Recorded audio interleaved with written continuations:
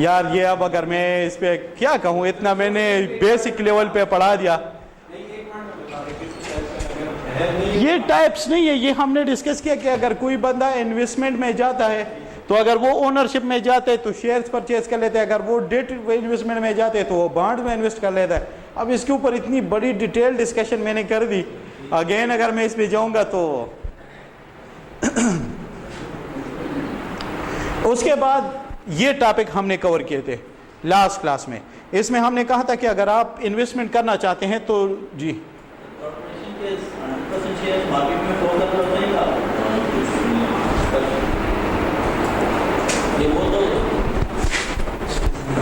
Corporation का तो single owner तो नहीं होता, जैसे पेप्सी कोला हो गया, सिंगल ओनर नहीं होता ना, वो तो उसके कई ओनर होते हैं। लेकिन मैं कह रहा हूँ उसके 100% शेयर मार्केट में शो कर रहे हैं। तो मैं बार बार इसकी तरफ उंगली दिखा रहा हूँ कि 51% और 49% के ऊपर हमने डिस्कशन की ना इससे पहले कि मैक्सिमम वो कोशिश करते हैं कि 49% मार्केट में फ्लो करे, 51% कोई मेजर ओनर होता है ना जो कि उसका मेन ओनर होता है, ठीक है। किसी भी कंपनी का एक ओनर होता है, वो अपने साथ वो अमाउंट रखता है क्योंकि वो उसका ओनर हो उस कंपनी का।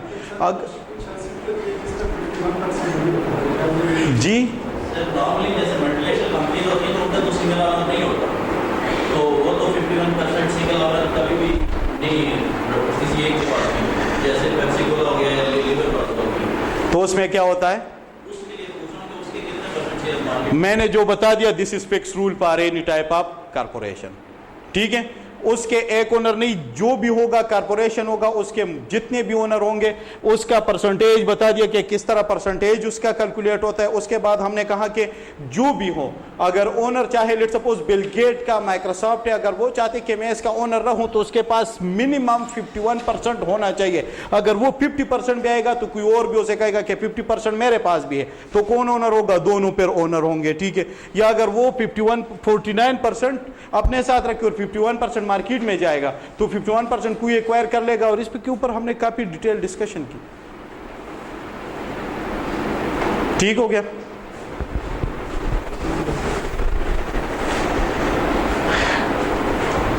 अगर कारपोरेशन का ओनर चाहते कि वो उसका ओनर रहे तो मिनिमम 51% वो अपने साथ रखेगा। अगर वो उससे ज्यादा मार्केट में इशू करेगा, मैंने कहा ना कि ऐसा भी हो सकता है कि लेट्स सपोज कोई हालात खराब हो जाए कि यार ये 30% मैं अपने साथ रखता हूं, ठीक है, और ये बाकी मार्केट में, तो मार्केट में कोई बंदा उसको परचेज कर लेगा तो कौन ओनर होगा, फिर 70% उसके पास आएंगे तो फिर ओनर कोई और हो जाएगा। समझ आ गया अब आपको?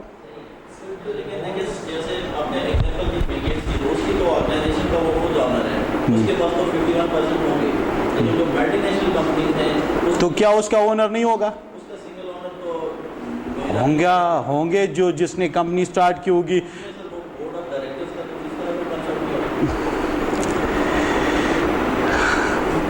यार बोर्ड ऑफ डायरेक्टर्स एक सेपरेट चीज होती है। बोर्ड ऑफ डायरेक्टर्स, अगर मैं कहूं कि 7 बोर्ड ऑफ डायरेक्टर्स है तो उसमें 5 बोर्ड ऑफ डायरेक्टर्स होते हैं इंडिपेंडेंट, उसका इस कंपनी के साथ कोई ताल्लुक नहीं होता।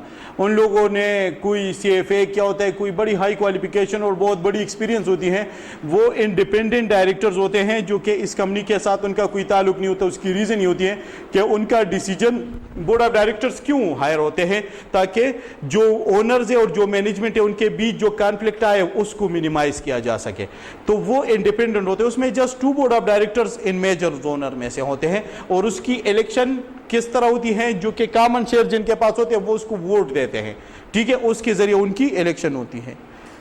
आप क्लियर हो गया कुछ ना कुछ? जी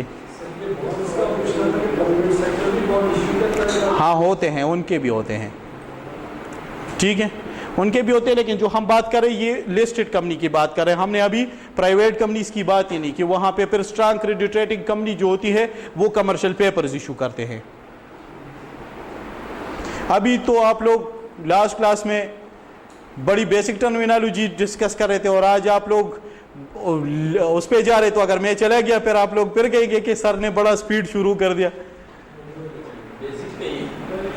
नहीं, ये जो आप लोग क्वेश्चन पूछ रहे हैं ना, तो इसके ऊपर अगर हम डिटेल में जाएंगे कि बोर्ड ऑफ डायरेक्टर्स कैसे होती है, प्रॉक्सी क्या चीज़ होती है, वोटिंग राइट्स क्या चीज़ होती है, तो फिर इस पे बड़ी डिटेल में तो फिर अगेन आप कहेंगे कि ये चीज़ें कहाँ से आती है। इसीलिए मैंने बिल्कुल बेसिक लेवल पे आज शुरू कर दिया ताकि आप लोगों का वो मेन कंसेप्ट डेवलप हो जाए।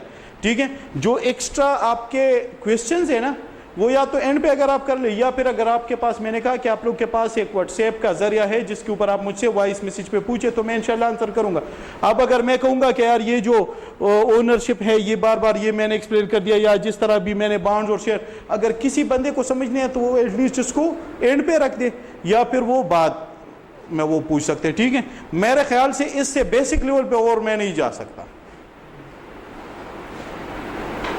ठीक है, उसके बाद फिर हमने ये डिस्कस किया था कि ये आपके पास दो तरह से इन्वेस्टमेंट होती है, एक होती है डायरेक्ट इन्वेस्टमेंट और एक होती है इनडायरेक्ट इन्वेस्टमेंट। इनडायरेक्ट इन्वेस्टमेंट हमने म्यूचुअल फंड्स के ऊपर डिस्कशन की थी और म्यूचुअल फंड के ऊपर ऑलरेडी आपको असाइनमेंट भी मिल गया।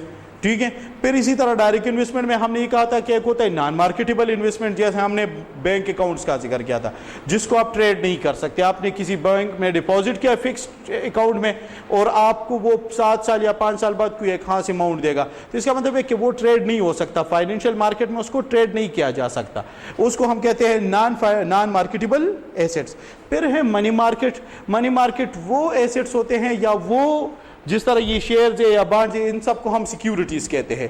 ये वो चीजें, सिक्योरिटी इसको क्यों कहते हैं, क्योंकि ये सिक्योर्ड होते हैं।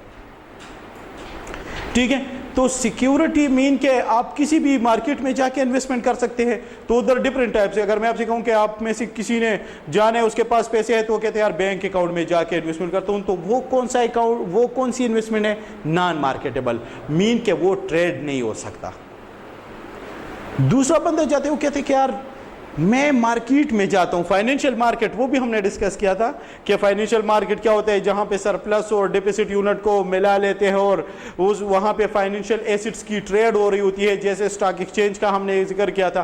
तो वहां पे आपके साथ डिफरेंट टाइप्स ऑफ सिक्योरिटीज होती है, इन्वेस्टमेंट होती है। जैसे इसमें एक ये भी हो सकते हैं कि money market. Money market mean के वो सिक्योरिटी जिसकी मैच्योरिटी, जिस तरह भी हमने कहा कि इसकी मैच्योरिटी 10 ईयर्स है, ये अब मनी मार्केट में नहीं आ रहा। मनी मार्केट में कौन सा एसेट आएगा जिसकी सिक्योरिटी 1 ईयर से कम हो, जैसे टी बिल्स गवर्नमेंट इशू करती है, जैसे रिपर्चेज एग्रीमेंट है, जैसे निगोशिएबल सर्टिफिकेट ऑफ डिपॉजिट्स है, जैसे कमर्शियल पेपर्स है। अब अगर लेट सपोज कोई बंदा इसमें भी नहीं जाना चाहता, उसके ऊपर रिटर्न कम होता है, जब शॉर्ट टर्म इन्वेस्टमेंट होती है उसके ऊपर रिटर्न कम होता है। कोई बंदे वो कहते हैं कि नहीं यार मैंने लॉन्ग टर्म में जाना है, उसको फिर जाना होता है कैपिटल मार्केट में, ये जो तीसरे नंबर पे मेंशन है नोट्स में। अब कैपिटल मार्केट में कौन से एसेट्स की ट्रेड होती है, वो एसेट्स जिसकी मैच्योरिटी मोर देन 1 ईयर हो।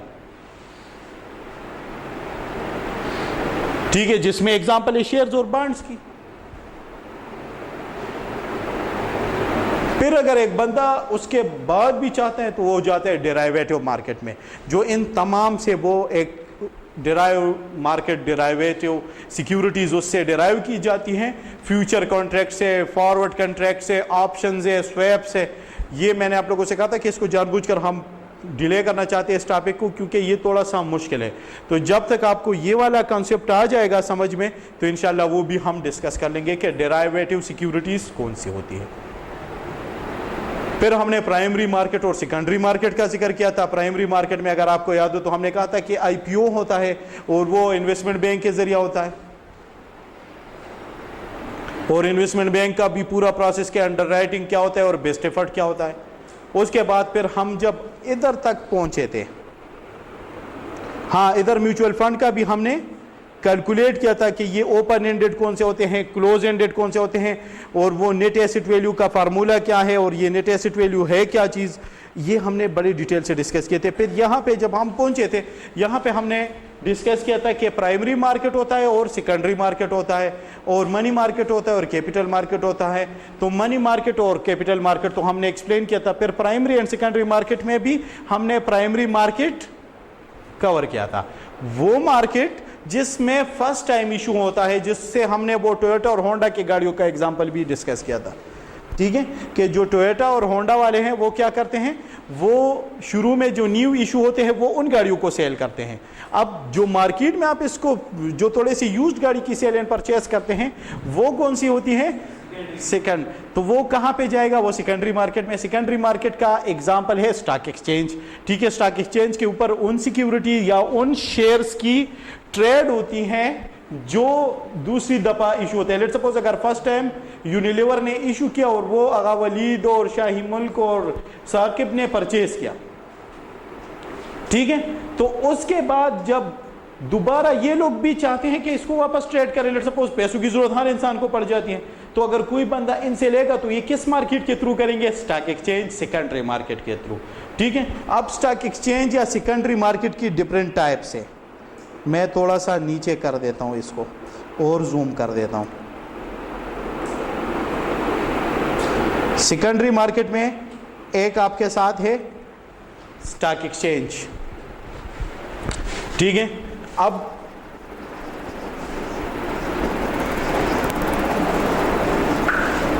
स्टॉक एक्सचेंज क्या है, आपके पास एक प्लेटफॉर्म है to trade, is an example of financial market where you trade secondary issue of shares.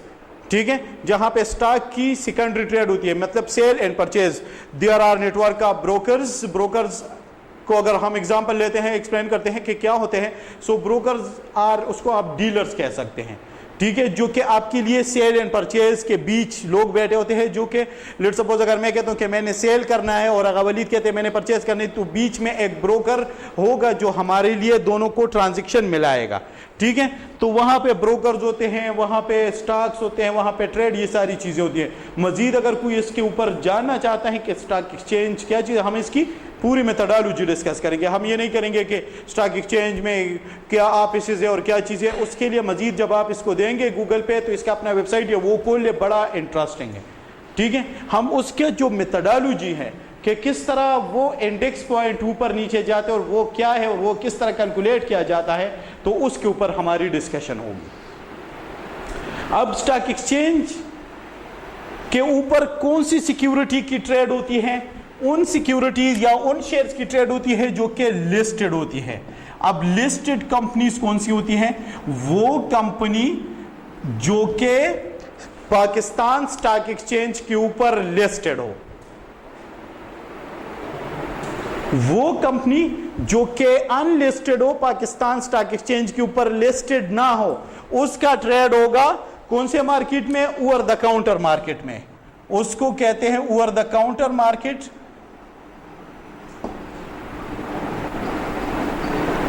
OTC। उसके ऊपर ट्रेड होता है उन सिक्योरिटीज का जो कि अनलिस्टेड हो। अब अनलिस्टेड भी हो सकती है, जो जैसे प्राइवेट कंपनी होती है जो कि स्टॉक एक्सचेंज के ऊपर लिस्टेड ना हो, वो अगर ट्रेड करेंगे तो वो कहां पे ट्रेड करेंगे, उसका भी तो कोई तरीकाकार होना चाहिए ना।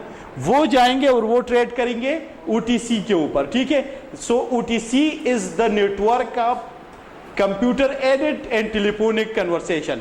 इसके ऊपर वो लोगों का एक नेटवर्क होता है जिसका सबसे बड़ा है Nasdaq, New York automatic security dealers automated quotation, इस तरह का कोई भी एब्रिविएशन है इसका। ये एब्रिविएशन मुझे याद है, जितने भी याद वाली चीजें ना ये रट्टे वाली मुझे नहीं होती। ठीक है, कंसेप्ट आपको दूंगा। अब आपको पता चला कि लिस्टेड को जब हम ट्रेड करते हैं वो स्टॉक एक्सचेंज के ऊपर जाते हैं, अनलिस्टेड को जब हम डील करते हैं वो ओवर द काउंटर मार्केट पे जाता है। अब जब लिस्टेड सिक्योरिटीज की OTC होती है, मतलब अगर वो अपने कुछ खास सिक्योरिटी होती है या अपनी सिक्योरिटीज को अगर स्टॉक एक्सचेंज के ऊपर ट्रेड ना करे, ठीक है, तो उसको फिर हम कहते हैं थर्ड मार्केट।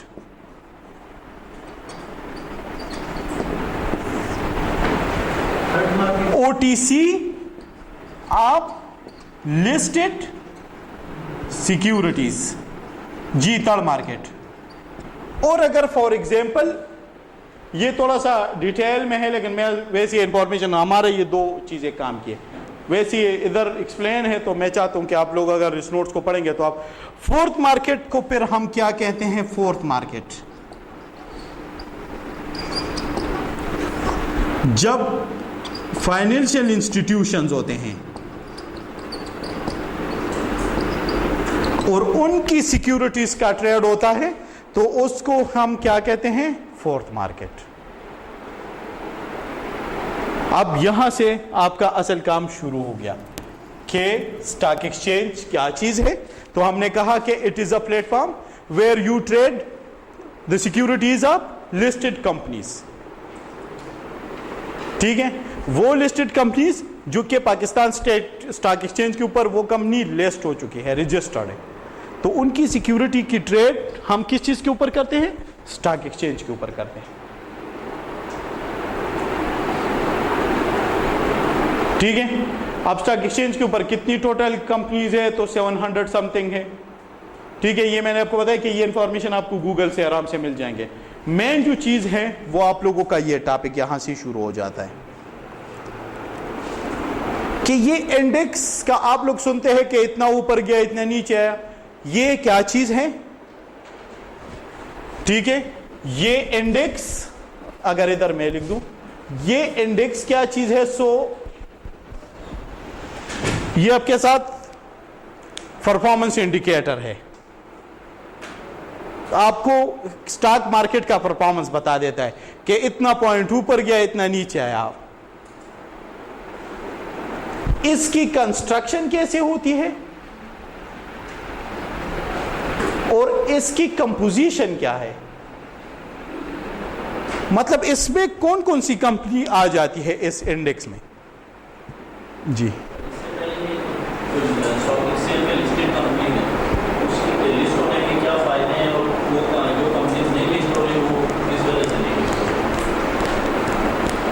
कंपनी को आने की कुछ मजबूरियां होती है, जो सिक्योरिटी एंड एक्सचेंज कमीशन उसे कहती है कि आप लिस्ट हो जाओ।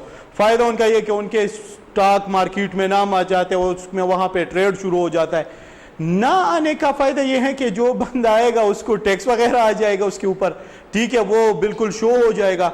और कोई इस तरह सच ये नहीं है कि कोई बंदा ये नहीं चाहेगा, कोई बंदा जो छोटी कंपनी होती है, जो प्राइवेट कंपनियां अनलिस्टेड, तो वो इसीलिए नहीं आ सकती क्योंकि वो वहां पे कंपीट नहीं कर सकती।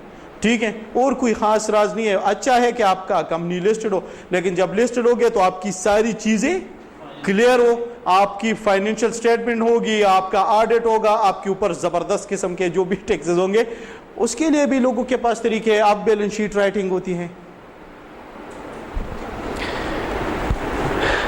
किस चीज पे कंपोजिशन, कौन कौन सी कंपनी आती है, कंस्ट्रक्शन कैसे होता है, तो ये टॉपिक था आज का। लेकिन बस अभी तक मेरे ख्याल से इतना काफी है। मैं इतना समझा देता हूं कि कंस्ट्रक्शन या जो कंपोजिशन है, ठीक है, कंपोजिशन में बेसिकली आपके साथ कौन सी कंपनी आती है, तो एक जब आप वेबसाइट खोल देते हैं ना पाकिस्तान स्टॉक एक्सचेंज का, अगर सीखेंगे तो आप सीखेंगे। ठीक है, अगर आप खोलेंगे तो सीखेंगे, तो आप सीखेंगे, मैं नहीं सीखूंगा, इसीलिए खोल दे। ठीक है, पाकिस्तान स्टॉक एक्सचेंज का वेबसाइट, तो जैसे आप खोलेंगे तो वहां पे आपको मल्टीपल इंफॉर्मेशन, तो आपको इंडेक्स का इंफॉर्मेशन भी शुरू हो जाएंगे मिलना। अब वहां पे आपके साथ एक होगा KC all shares. KC all shares का मतलब यह है कि जितने भी कंपनीज है उनका जो इंडेक्स कैलकुलेट किया गया है, ये टोटल कंपनी उसके ऊपर आ रहे हैं। फिर होते हैं KC 100 इंडेक्स। KC 100 इंडेक्स का मतलब है कि टॉप 100 कंपनीज का इंडेक्स बन गया है। KC 30 इंडेक्स 30 कंपनीज का बना है, अपने अपने मैकेनिज्म के ऊपर। ठीक है, तो KMI भी है, कराची मीजान इंडेक्स, जो मीजान या इस्लामिक बैंक्स के लिए है। ठीक है, तो डिफरेंट है। हमने कैलकुलेट करना है 100 इंडेक्स। ठीक है, तो 100 इंडेक्स कैलकुलेट कैसे करते हैं, उसके लिए हमारे पास आपको सबसे पहले होना चाहिए नॉलेज मार्केट कैपिटलाइजेशन का।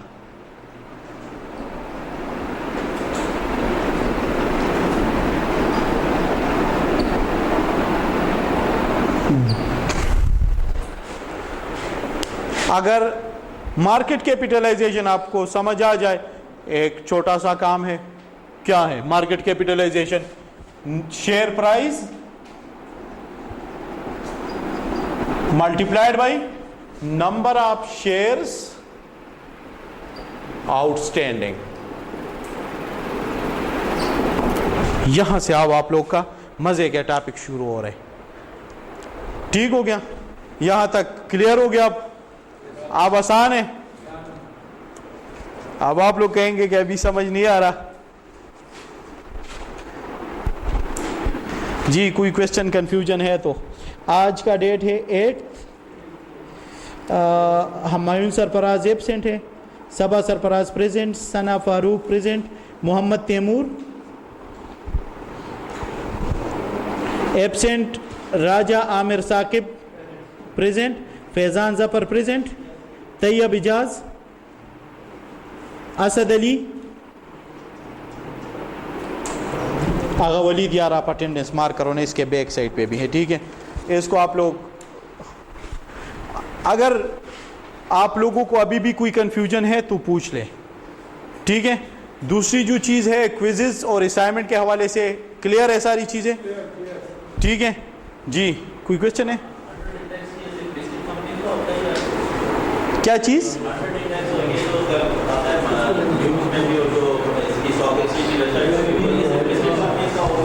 हाँ ना, ये जो इंडेक्स कैलकुलेशन है ना, ये सिर्फ उन कंपनीज का होता है जो कि लिस्टेड होते हैं, और जो 100 इंडेक्स है, ठीक है? मैंने कहा ना कि मुख्तलिफ है, केसी ऑल शेयर्स, ये जो तमाम कंपनीज के शेयर्स है, ऑल शेयर्स ऑल कंपनीज, जो कि आपके साथ 100 इंडेक्स की बात जब हम करते हैं, जिसका मतलब इसमें टॉप 100 कंपनीज आती है।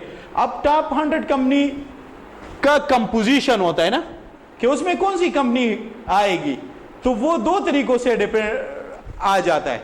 आपको अंदाजा होगा कि एक होता है सेक्टर्स, ठीक है? और हर एक सेक्टर में फिर कंपनीज होती है। लेट्स सपोज अगर मैं कह दूं कि सीमेंट सेक्टर, अब सीमेंट सेक्टर में आपके पास होगा लकी सीमेंट, फौजी सीमेंट, अस्करी सीमेंट, पता नहीं मुख्तलिफ किस्म के सीमेंट है वहां पे रजिस्टर्ड कंपनीज है। तो ये क्या है? सेक्टर। अब उन सेक्टर में फिर कंपनी, तो हमारे पास टोटल कितने सेक्टर्स हैं? 35 सेक्टर्स। ये बेसिकली अब हमने छोड़ दिया नेक्स्ट क्लास के लिए, इसीलिए मैं अगर अभी शुरू करूं,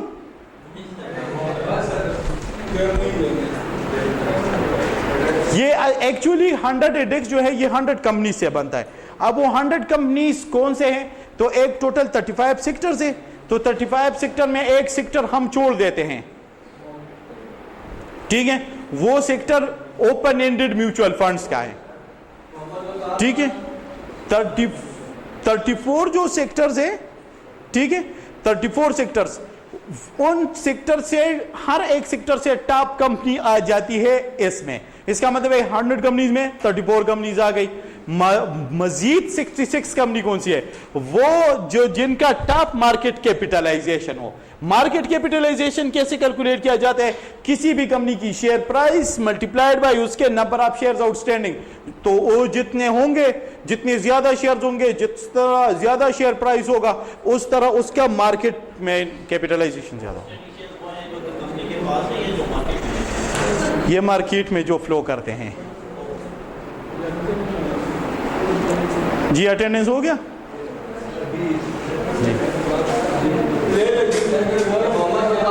जी असाइनमेंट तो बता दिया ना उनको, ये 2 असाइनमेंट है। क्विज़ेस का हम डिस्कस कर लेंगे कि उनका क्विज होगा या नहीं होगा, ठीक है? उनको फिर हम प्रोजेक्ट दे देंगे, ठीक है?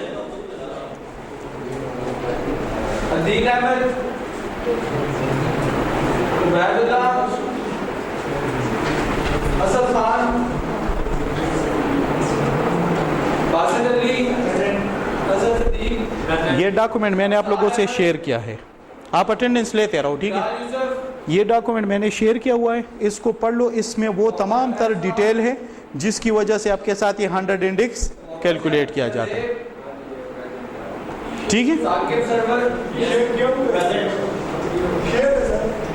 शेयर है, हाँ मैं वही कह रहा हूँ कि इसको जरा देख ले एक दफा, तो आपके बहुत सी चीजें क्लियर हो जाएगी। इधर भी है, ये मेरे अपने नोट्स हैं, इस नोट्स में भी आपके पास ये सारी चीजें गिवन है। ये देख ले किस तरह उनकी कैलकुलेशन हो रही है सारी,